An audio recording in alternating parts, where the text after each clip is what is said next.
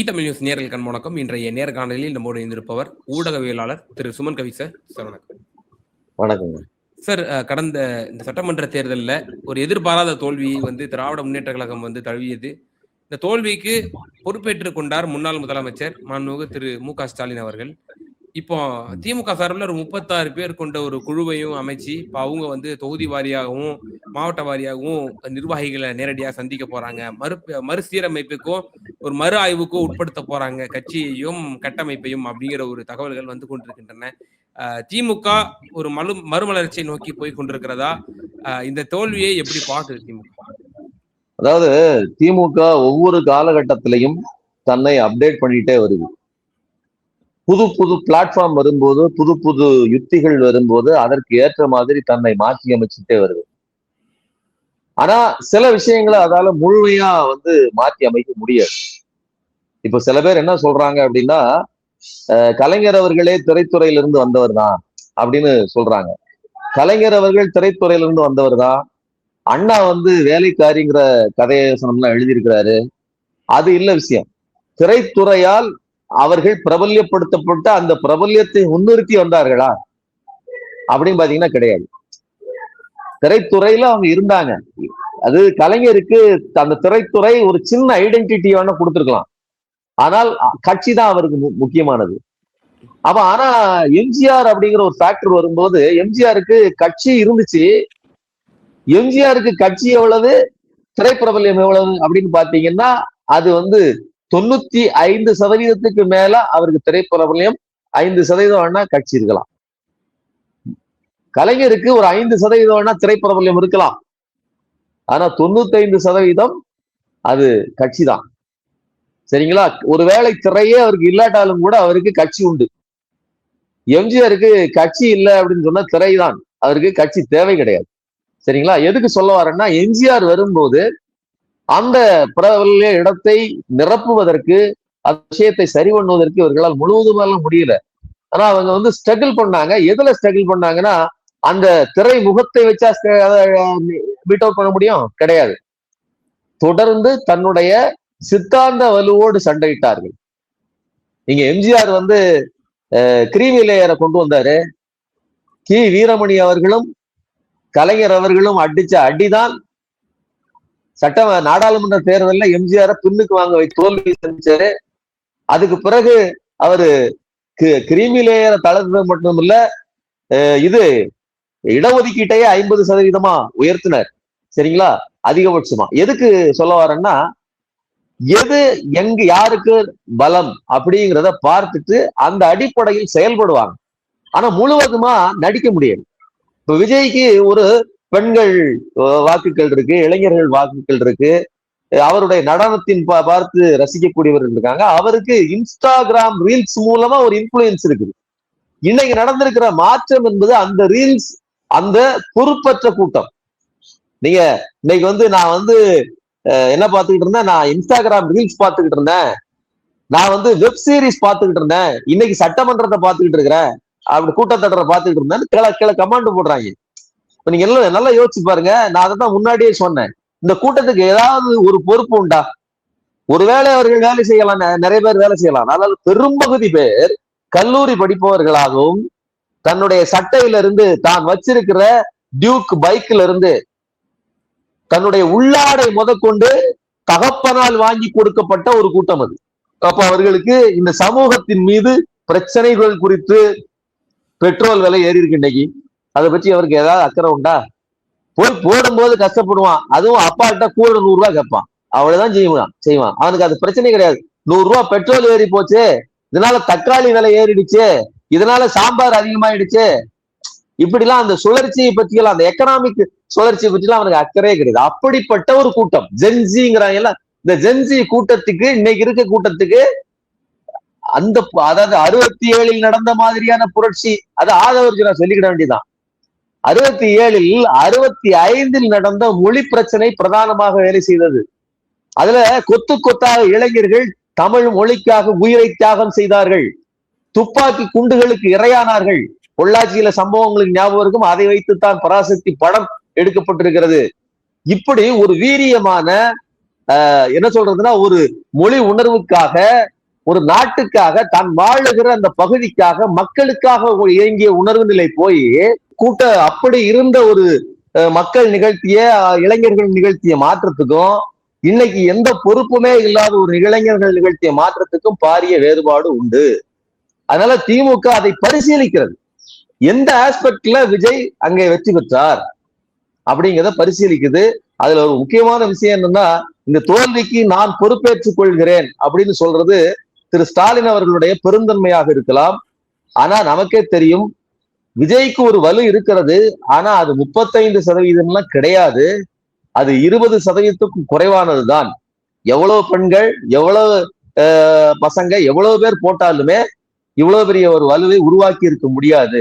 அப்ப 2 விதமான ஒரு சதி நடந்திருக்கு. ஒண்ணு, போலியாக விஜய்க்கு ஒரு பிம்பத்தை கட்டமைப்பதில் தேசிய ஊடகங்கள்ல இருந்து மாநில ஊடகங்கள் வரை பெரிய ஊடகங்கள் வலுவாக வேலை செய்திருக்கிறது. அது மக்களை பைத்தியமாக்கி இருக்குது. ஒண்ணு, மேனிபுலேட் பண்ணிருக்காங்க. இன்னொன்னு, மிஷின்ல அப்படிப்பட்ட ஒரு ஓட்டையை போட்டிருக்காங்க.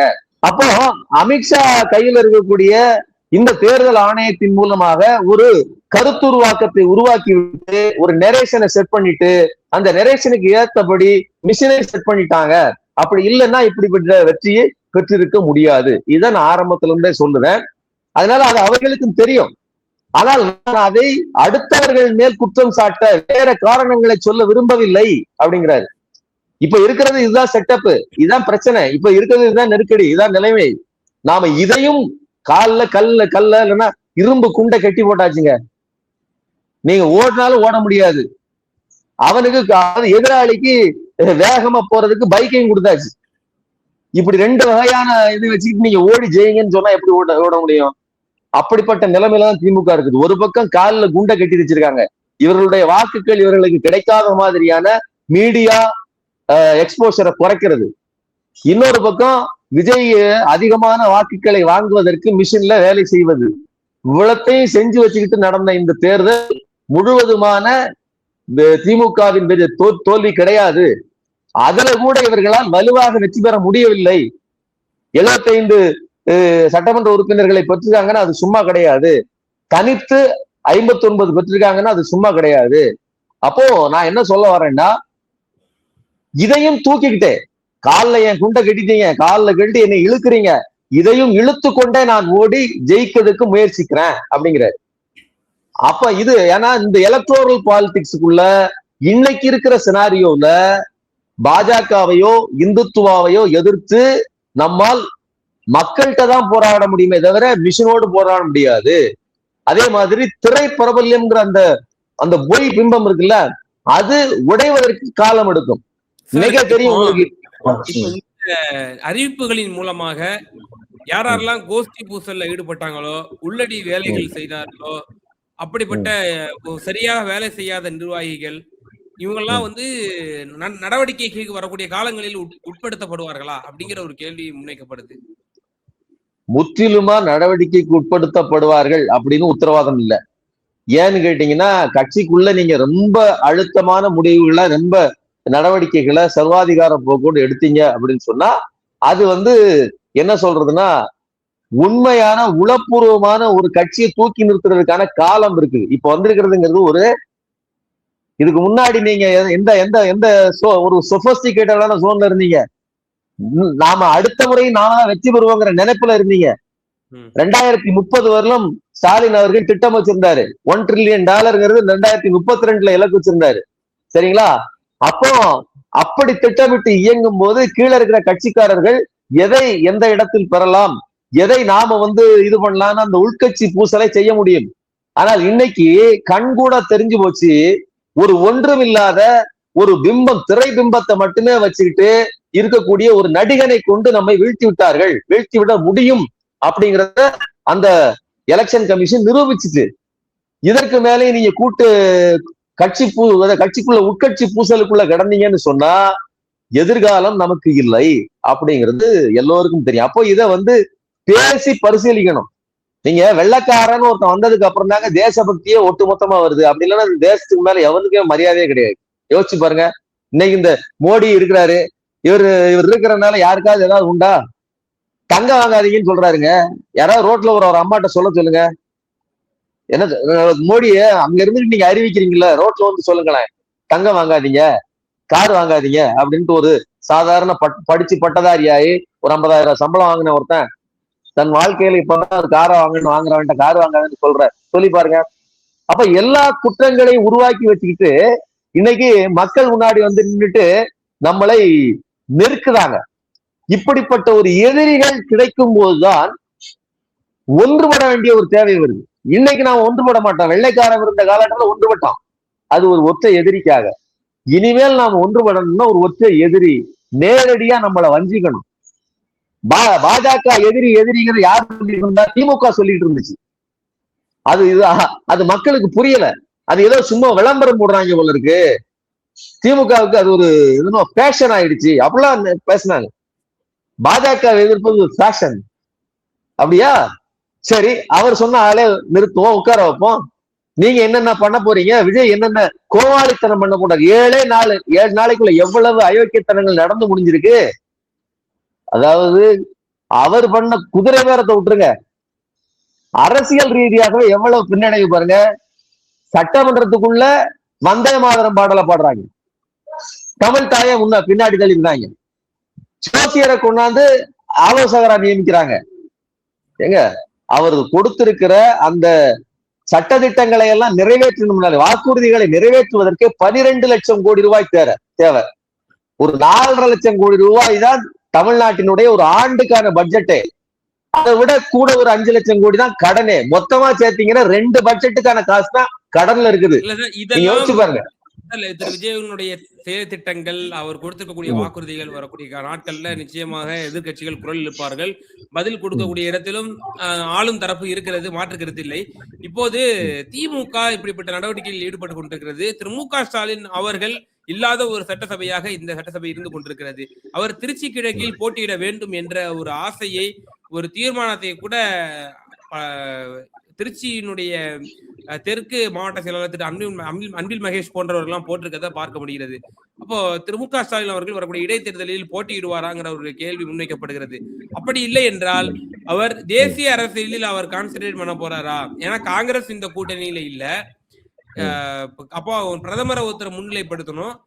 ஒரு தேசிய கட்சியோடு இருந்தால்தான் அந்த ஃபேவரபிளா நமக்கு வரும் ரிசல்ட். அப்போ திரு மு.க. ஸ்டாலின் அவர்கள் ஒரு அணியை கட்டமைப்பதற்கு முயல்வாரா, அல்லது திருச்சி கிழக்கில் அவர் போட்டியிடுவாரா, அல்லது வேற ஏதேனும் அவர் போட்டியிட்டு சட்டமன்றத்திற்குள் நுழைவதற்கு அவர் முயற்சிப்பாரா? கண்டிப்பா.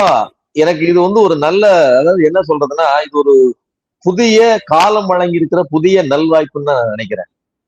1962 காஞ்சிபுரத்துல தன்னுடைய சொந்த மண்ணுல போட்டியிட்ட, சொந்த ஊர்ல போட்டியிட்ட அண்ணா அவர்கள் தோற்று போறாரு.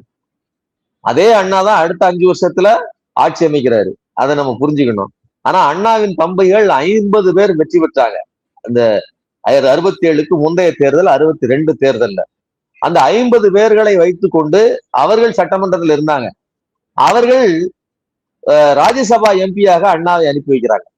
அதுக்கு முன்னாடி நீங்க ராஜ்யசபா எம்பி அங்க இருந்து தெற்கில் இருந்து போனவர்கள்லாம் அங்க ஹிந்தியில பேச்சுவார்த்தை நடக்கும். உள்ள என்ன பேசுறாங்க, என்ன அதுன்னே தெரியாது, அவர்களுக்குள்ள பேசிக்கிடுவாங்க.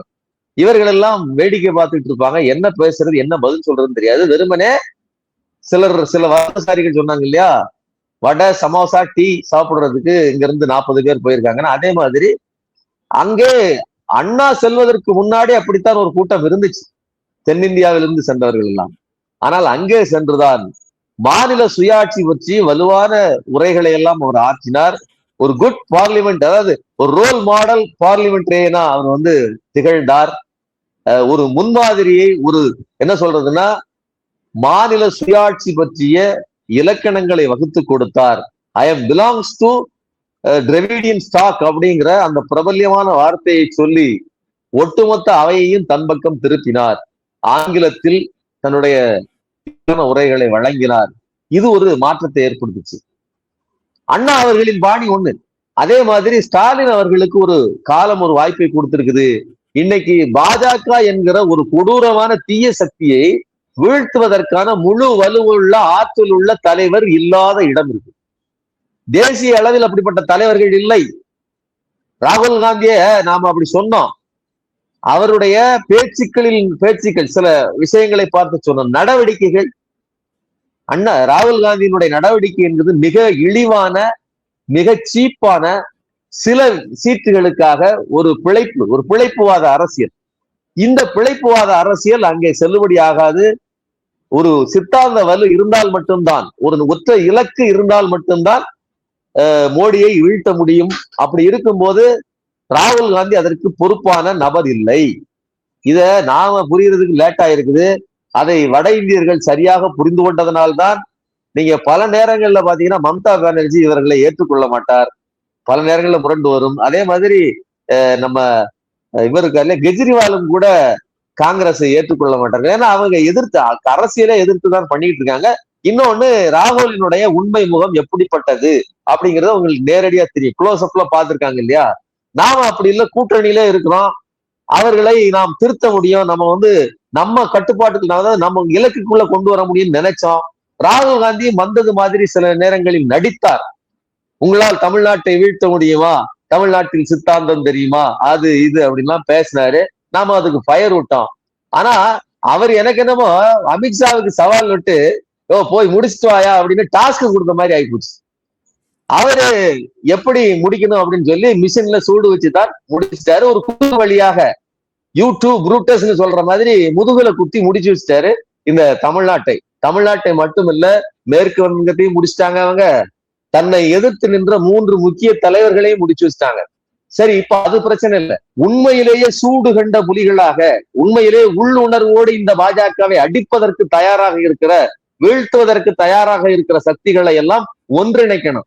அதை இணைக்கக்கூடிய ஆற்றல், ஒரு எல்லா வண்ண மலர்களையும் ஒன்றிணைக்கக்கூடிய ஒரு நூல் இழையாக ஒரு தலைவர் இருக்காருன்னா அது ஸ்டாலின் தான். அதனாலதான் நீங்க உத்தவ் தாக்கரேயினுடைய சாம்னா இதழ் இருக்கு இல்லையா, அதுல தலைவர் ஸ்டாலின் அவர்களை பார்த்து என்ன சொல்றாங்க, தேசிய தலைவராக திகழ்கிறார், அவர் இந்தியா கூட்டணியை ஒருங்கிணைப்பதற்கான ஆற்றல் படைத்தவர்னு அவர்கள் கட்டுரை எழுதுறாங்க. அப்போ மகாராஷ்டிராவிலே அவர்கள் அதை ஏற்றுக்கொள்கிறார்கள்.